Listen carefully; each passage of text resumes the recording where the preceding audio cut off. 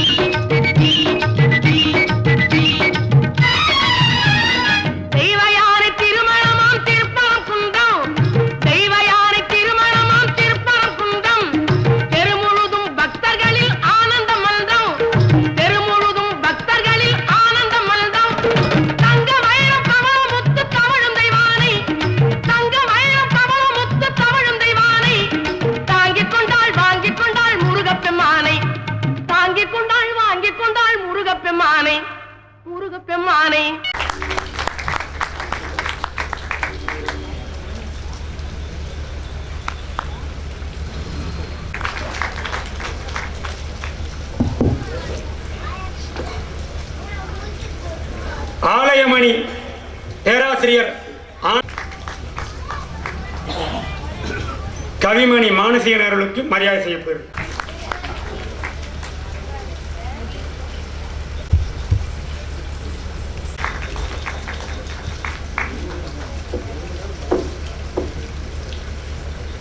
நெல்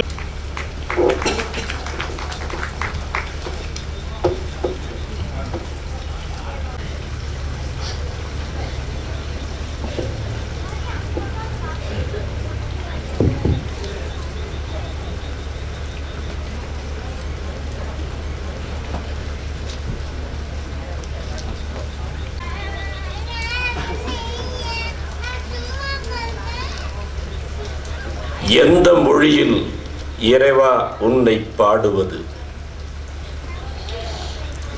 எந்த மொழியில் இறைவா உன்னை பாடுவது? எல்லா வார்த்தைகளும் எச்சில் வார்த்தைகள் என ஏற்கனவே பயன்படுத்தி விட்டார்கள். எந்த மொழியில் இறைவா உன்னை பாடுவது? எல்லா வார்த்தைகளும் எச்சில் வார்த்தைகள். தந்தை மொழியாம் தமிழில் உன்னை பாடுகின்றேன். தந்தை மொழியாம் தமிழில் உன்னை பாடுகின்றேன். அந்த மொழியில்தான் மெய் எழுத்துக்கள் எல்லாம் தொழுகை குறிகள் என்கிற புள்ளிகளோடு அமைந்திருக்கிற காரணத்தால் தந்தை மொழியாம் தமிழில் உன்னை பாடுகின்றேன். பொதுவாக தொழுகைக்கு போகிறவர்கள் நெற்றி தரையிலே வைத்து தொழுது தொழுது நெற்றியிலே ஒரு தொழுகை குறி வந்துவிடும். எனவே எந்த மொழியில் இறைவா உன்னை பாடுவது? எல்லா வார்த்தைகளும் எச்சில் வார்த்தைகள். தந்தை மொழியாம் தமிழில் உன்னை பாடுகின்றேன். அந்த மொழியில்தான் மெய் எழுத்துக்கள் எல்லாம் தொழுகை குறி திலகங்களோடு அமைந்திருக்கிற காரணத்தால் தந்தை மொழியாம் தமிழில் உன்னை பாடுகின்றேன். இப்பொழுது கவியரங்கம் தொடங்குகிறது. தொடக்கத்தில் அப்துல் காதர் பேசான். ஏனென்றால் எதிரில் என் ஆசான். அந்த சிற்சபையின் ஒரு ஓரத்தில் நின்றவன் நான். அந்த சிற்சபையின் ஒரு ஓரத்தில் நின்றவன் நான்.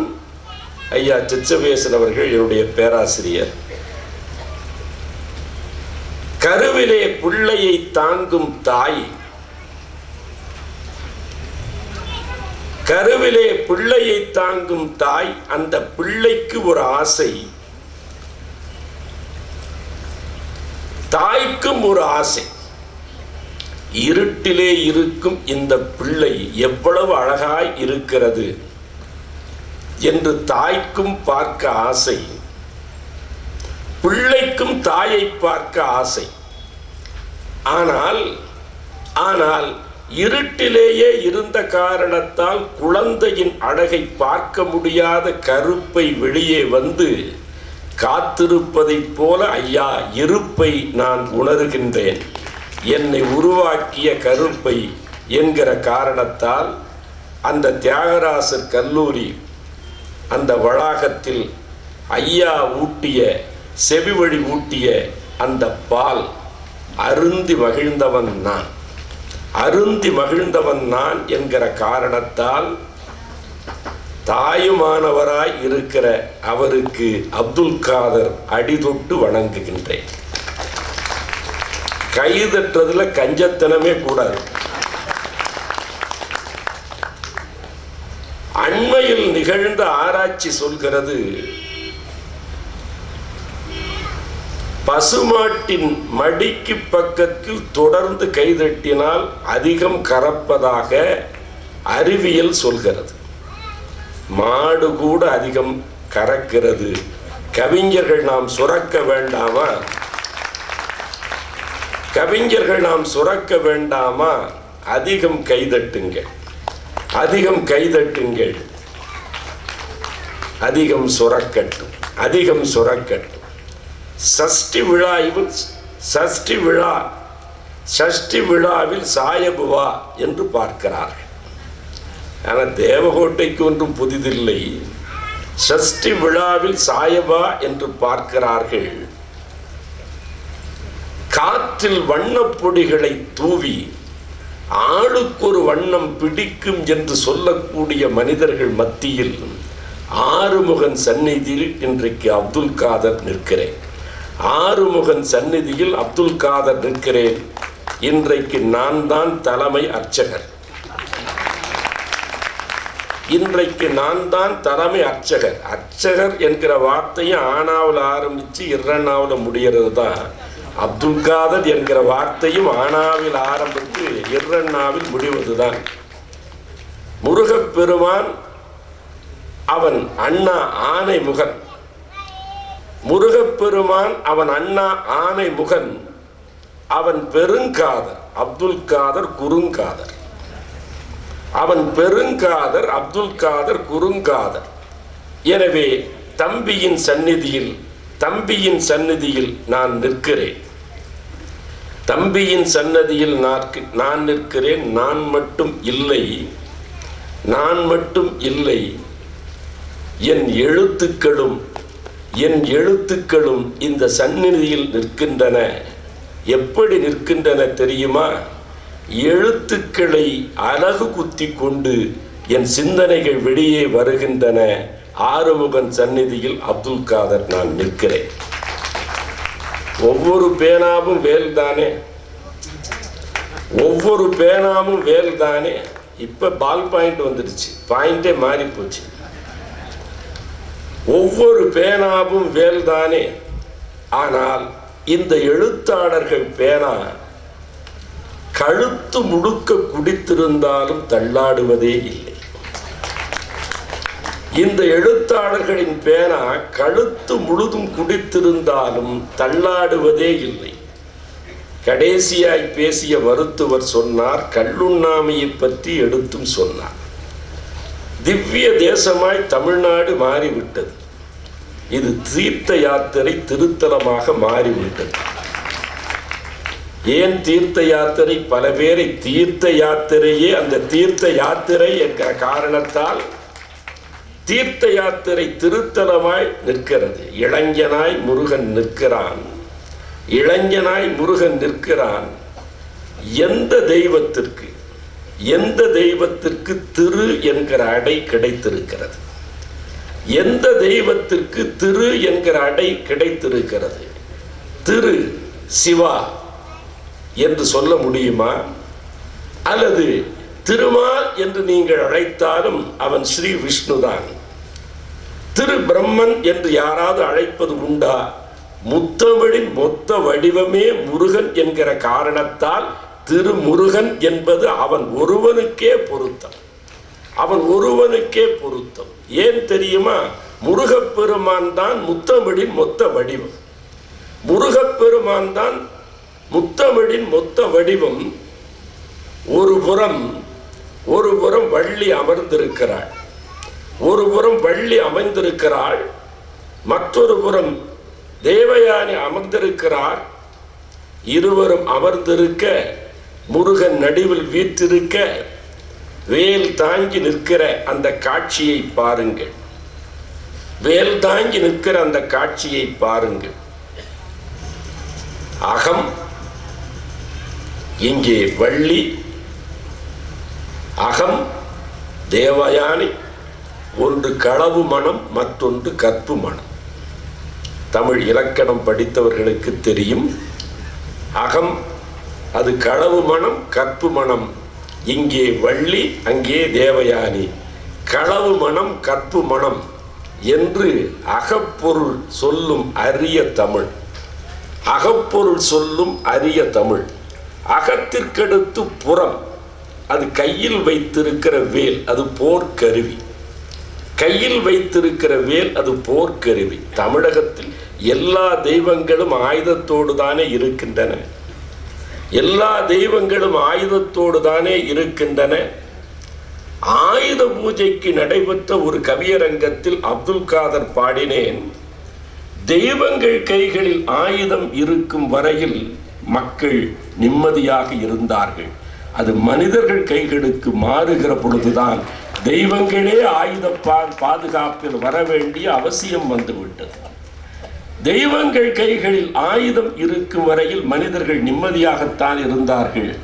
ஆனால் மனிதர்கள் கைகளுக்கு ஆயுதம் மாறி வந்த பொழுது தெய்வங்களே ஆயுத பாதுகாப்பில் தான் அணிவகுக்க வேண்டிய அவசியம் வந்திருக்கிறது. ஆனால் இது அகம் என்றால் அது புறம்.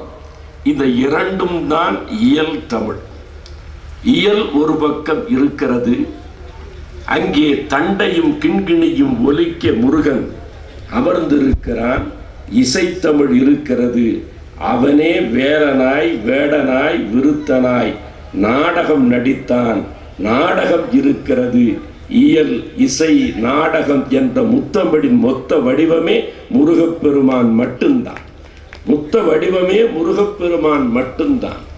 திரு என்கிற அடை சேர்கையில் எவ்வளவு அழகாய் இருக்கிறது. வெறும் விழா இல்லை, திருவிழா என்று சொல்கிறோம். கோவிலில் வழங்கும் பிரசாதம், அது வடமொழி, திரு அமுது, திரு அடிசில் என்று சொல்கிறோம். கோவிலின் குளத்தை திருக்குளம் என்று சொல்கிறோம். திருக்கோவில் என்று சொல்கிறோம். திரு என்பது உயர்ந்தவற்றின் அடையாளம். உயர்ந்தவற்றின் அடையாளம்.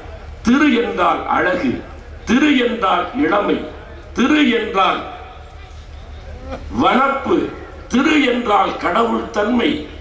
தமிழில் எத்தனை உயர் பண்புகள் உண்டோ அத்தனையும் திருவில் அடக்கம். அத்தனையும் திருவில் அடக்கம் என்றால் திருடன் என்பதை அதிலே சேர்க்க முடியுமா? திருடன் என்பதை அதிலே சேர்க்க முடியுமா? நான் திருடர்களை கூட திருடர்கள் என்று அழைப்பதில்லை, நடுநிசி உழைப்பாளிகள் என்றுதான் நான் அவர்களை அழைக்கிறேன். நடுநிசி உழைப்பாளிகள் என்றுதான் நான் அவர்களை அழைக்கிறேன். திருமுருகன் என்ற அந்த அழகு, திருமுருகன் என்ற அந்த அழகு கொலுவீற்றிருக்கும் இந்த சஷ்டி விழாவில் 6 பேர் கவிதை பாட வந்திருக்கிறார்கள். ஒருவர் வரவில்லை, மலர்மகன் வரவில்லை. இருந்தாலும் 5 கவிஞர்கள் பாட இருக்கிறார்கள். எனவே பஞ்சாமிர்த பகிர்வு கட்டாயம் நிகழும். இந்த 5ம் சேர்ந்து பஞ்சாமிர்த பகிர்வு கட்டாயம் நிகழும். உலகத்தில் எழுதப்பட்ட புத்தகங்களில் மிகவும் தொன்மையானது தொல்காப்பியம்தான். கிடைத்திருக்கும் உலக புத்தகங்களில் மிக தொன்மையானது தொல்காப்பியம்தான். கிறிஸ்து பிறப்பதற்கு 3000 ஆண்டு காலத்திற்கு முற்பட்டது என்று என் தமிழ் ஆசான் தமிழண்ணல் எனக்கு கற்பித்த நாட்கள் நினைவுக்கு வருகின்றன. என் தமிழ் ஆசான் ஐயா தமிழண்ணல் அவர்கள் கற்பித்த நாட்கள் நினைவுக்கு வருகின்றன. இன்றைக்கு 5000 ஆண்டுகளுக்கு முன்பு தோன்றிய நூல் தொல்காப்பியம். 5000 ஆண்டுகளுக்கு முன்பே முருக வழிபாடு இருந்தது என்பதை சேயோன்மேய மைவரை உலகமும் என்று தொல்காப்பியம் பேசுகிறது. 5000 ஆண்டுகளுக்கு முன்பும் அருமுகன் வழிபாடு இருந்திருக்கிறது. சேயோன் என்று முருகனை சிவந்தவன் என்றாலும் அல்லது சிவனின் மகன் சேயோன் என்றாலும், அவன் செம்மையானவன் என்றாலும், அல்லது பரிபூர்ணமானவன் என்றாலும், சேயோன் என்கிற ஒற்றை வார்த்தையால் 5000 ஆண்டு பழமை மிகுந்தது ஆறுமுகப் பெருமான் வழிபாட்டு வரலாறு. இதை ஏன் தேவகோட்டையில் சொல்கிறேன் என்று சொன்னால், இனங்களை பற்றி எழுதப்பட்ட வரலாற்றில் ஒரு செய்தி ஒன்று பெர்க்லி பல்கலைக்கழகத்தில் பதிவு செய்யப்பட்டிருக்கிறது. அமெரிக்க பெர்க்லி பல்கலைக்கழகத்தில் பதிவு செய்யப்பட்டிருக்கிறது. தமிழக இனங்களை பற்றிய அந்த ஆராய்ச்சியில் பெர்க்லி பல்கலைக்கழகத்தின் ஆய்வு பதிவு அறிவுறுத்தும் செய்தி என்ன தெரியுமா? ஒன்றுதான். என்ன ஒன்று என்று சொன்னால், அதிக கும்பாபிஷேகங்களை நடத்தியவர்கள் நகரத்தார்கள் தான் என்பதை அந்த பெர்க்லி பல்கலைக்கழகம் அண்மையில் வெளியிட்ட ஆய்வில் பதிந்து சொன்ன ஒரு பரிவுச்சி. அதிக கும்பாபிஷேகம் குடமுழுக்கை நடத்திய பெருமக்கள் நகரத்தா என்று. நான் கூட சிந்தித்து பார்த்தேன், நகரத்தில் இருந்திருப்பார்களா, இல்லை நகரத்தை விட்டு நகர்ந்து வந்திருப்பார்களா? சங்க இலக்கியத்தை சாற்றுகையில் ஆசிரியர்கள் வீட்டுக்கு நகர் வியன் நகர் என்று, வீட்டுக்கே நகர் என்ற பெயர் இருந்ததை சுட்டிக்காட்டி சொல்லி உள்ளார்கள். அப்ப வீடே நகரத்தை போல கட்டியவர்கள் என்கிற காரணத்தால் இவர்கள் நகரத்தார்களா, அல்லது நகர்ந்து வந்த காரணத்தால் நகரத்தார்களா? நான் ஆராய்ச்சி செய்ய முற்படவில்லை. அப்துல் காதர் கருத்தை சொல்கிறேன். நா என்பது சிறப்பு எழுத்து. கீரன் என்றால் நக்கீரன் என்பார், பின்னை என்றால் நப்பின்னை என்பார். நா என்பது சிறப்பும் உயர்வும் குறிக்கக்கூடிய செந்தமிழ் எழுத்து. கீரன் நல்ல கீரன் நக்கீரன் ஆனதை போல, பின்னை நப்பின்னை ஆனதை போல, நக்கண்ணை ஆனதை போல, நச்சள்ளை ஆனதை போல, அள்ளி வழங்கும் அரிய கரத்தார், நற்கரத்தார், நகரத்தார் என்று இந்த கரத்தார்களை நாம் பாராட்ட வேண்டும் என சொன்னால், ஆறுமுகன் சன்னதிகள், இவர்கள் எழுப்பிய சன்னதிகள் எத்தனை, சந்நிதிக்கு வழங்கிய நிதிகள் எத்தனை, சந்நிதிக்கு வழங்கிய நிதிகள் எத்தனை. உங்களை வைத்துக்கொண்டு அப்துல் காதர் சொல்கிறேன் என்கிற காரணத்தால் அடுத்த ஆண்டு இங்கே தேர்தலில் நிற்பேன் என்று மட்டும் நினைத்து விடாதீர்கள். இது தேர்தலுக்கு சொல்லுகிற வார்த்தை இல்லை, உண்மை. ஆலய திருப்பணி, அறிவு பணி, ஆரோக்கிய பணி, மக்கள் நல பணி, அத்தனைக்கு உன்னை அர்ப்பணி என்று பணியாற்றுகிறவர்கள் உங்களிடத்தில் சொல்லாமல் வேறு யாரிடத்தில் சொல்ல முடியும்? கைதட்டுவதில் கஞ்சத்தனமே கூடாது. ஒருவேளை கெட்டியா இருக்கிறீர்களா என்று எனக்கு தெரியாது. நினைத்து பார்த்தால் அறுமுகன் சந்நிதியில் எடுக்கும் விழாவில் 5 கவிஞர்கள் பஞ்சாமிர்தம் பகிர வருகிறார்கள். இந்த ஆண்டு தலைப்பு மணிகளை பற்றியது. வரவேற்புரையாற்றிய கவிஞர் அழகா எடுத்து சொன்னார். மணிமணியாய் கவிஞர்கள் வருகை தந்திருக்கிறார்கள். மணி பிரதேசத்தை நோக்கி மணிமணியாய் வருவதுதானே பொருத்தம் இல்லையா? அது மணினா இங்கிலீஷ் மணி, வேற ஒன்று ஃபாரின் மணின்னு வைத்துக் கொள்ளுங்களேன். அது மாதிரி மணிகளை பற்றி பாட வருகிறார்கள். ஆனால் என்னை பொறுத்தளவில் எனக்கு எந்த மணியும் தரவில்லை. ஏனென்றால் ஆசிரியரின் மாணவ மணி என்கிற காரணத்தால் இது கொஞ்ச நேரம் ஒலிக்கட்டுமே என்று விட்டுவிட்டார்கள் போல இருக்கிறது. முருகன் திருவிழாவை தொடர்ந்து கொண்டாடுகிறோம். உங்களுக்கு சொல்கிறேன், எனக்கும் நானே சொல்லிக் கொள்கிறேன், என்ன கற்றோம் இதில். ஆனால் தேவகோட்டையில் தான் இந்த அதிசயத்தை பார்க்கிறேன். மருத்துவர் ஜெயக்குமார் மணிவாசகரை பேசுகிறார், சிவபுராணத்தை தொட்டு பேசுகிறார். வாய்ப்பு கொடுக்காவிட்டால் தொடர் சொற்பொழிவு ராமாயணத்தில் 15 நாட்கள் ஆற்றுவேன் என்று மிரட்டுகிறார். ஐயா சிற்சபேசனார் 2க்கும் நாங்கள் தயார் என்று அவர் அறிவுறுத்தி சொல்கிறார். அவர் ஒரு பழுத்த கிறித்துவர். அவர் வருகை தந்து அருமுகப் பெருமான் திருவிழாவில் அழகாய் பேசுகிறார். தொடர்ந்து அப்துல் காதர் வருவார் என்றும் சொல்லி சென்றிருக்கிறார். எனவே கிறித்துவராயினும் இஸ்லாமியராயினும் இந்துவாயினும் எவராயினும் முத்தமிழ் முருகனுக்கே முதல் வணக்கம் செலுத்துகிறார்.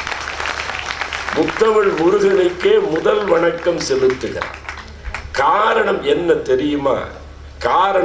தெரியுமா? இறைவனுக்கு என்று இலக்கணங்கள் வகுத்தவர்கள் இந்தமிழ் நாட்டை சார்ந்தோர். இறைவனுக்கென்று இலக்கண வகுத்தவர்கள் இந்தமிழ் நாட்டை சார்ந்தோர். இறைவனுக்கே இலக்கணம் வகுத்தவர்கள் என்ன சொன்னார்கள் தெரியுமா? சிவபெருமானை பற்றி செந்தமிழ் ஏடுகள் செப்புகையில் சிலப்பதிகாரம்தான் முதலாக.